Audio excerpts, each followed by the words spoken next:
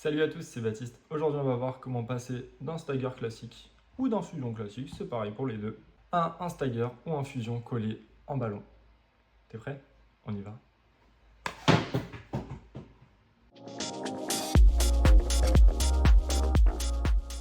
Comme matériel pour coller un pneu, on aura besoin de cyano, d'activateur, d'une jante, d'un pneu, un cut Stagger ou un Fusion, de 3 élastiques pour coller des pneus, donc des élastiques plats,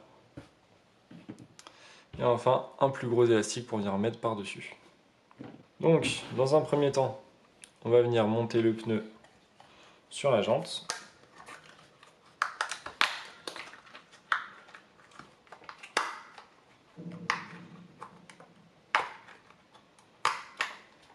On vérifie qu'on l'a bien mis dans son emplacement sur le pourtour de la jante, que tout est bien positionné. Donc ça c'est un montage classique. On va venir coller le pneu à l'intérieur de la jante, donc sous la lèvre, juste ici. Et pareil de l'autre côté, on va faire ça. Donc on prend sa colle, une petite aiguille qui va bien. Et on vient coller à l'intérieur le pneu.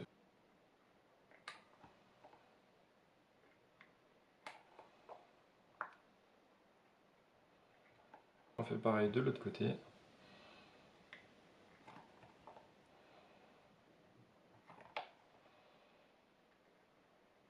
Une fois qu'on a fait le tour, on attend que ça sèche, que ça colle bien, histoire de ne pas en mettre partout par la suite.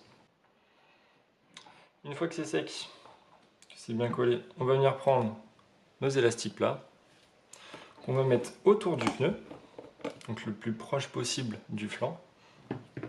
Donc on en met 3.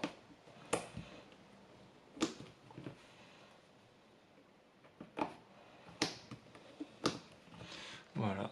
Donc là, on voit que c'est pratiquement collé, que le flanc du pneu est pratiquement collé à la jante. Donc pour être sûr et bien serrer tout ça, on vient rajouter le gros élastique par-dessus. Et là, on voit bien que le flanc du pneu, juste ici, est bien collé à la jante, donc il n'y a pas de jour entre. Et après, on va venir juste appliquer de la cyano tout autour sur le bourrelet, sur le flanc, entre la jante et le pneu, pour coller tout ça. Donc on met un petit peu de cyano autour, et on glisse. Donc il y en aura forcément un petit peu sur le flanc, c'est pas très grave.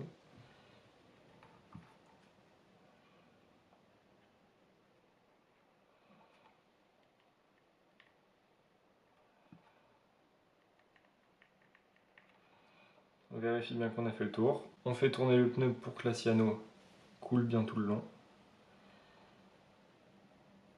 Et une fois qu'on a bien fait le tour, on prend son activateur. On met un coup d'activateur par-dessus, histoire de que la colle fasse son taf rapidement. Et voilà, là on a un pneu collé en ballon sur le premier flanc. On enlève les élastiques.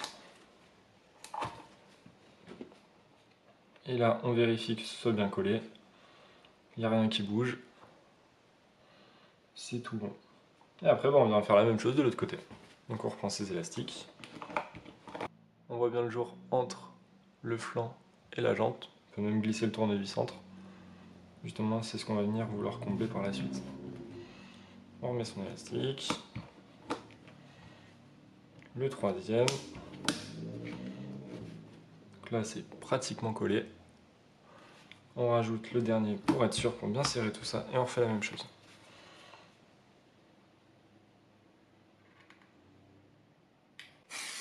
Un coup d'activateur, on attend un petit peu et on enlève les élastiques.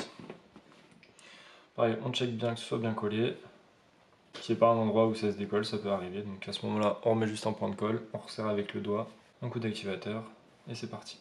Et du coup là, vous avez un pneu monté en configuration ballon. Ça va vous permettre en fait d'avoir un peu plus de réactivité autour du neutre, d'avoir aussi un peu plus de précision sur le train avant. Mais par contre, ça aura le désavantage de rendre la voiture un peu plus compliquée à piloter. Donc elle va pardonner un peu moins dans les trous, ça va un petit peu moins bien amortir. Après, ça dépend le type de piste et tout ça. Sur des pistes planes et que vous désirez un peu plus de train avant, c'est l'option que je recommande le plus. Par contre, sur les pistes bosselées, ça aura tendance à être un peu plus compliqué à piloter. Donc voilà, Donc maintenant vous savez coller des pneus ballons comme un chef, et puis il n'y a plus qu'à rouler.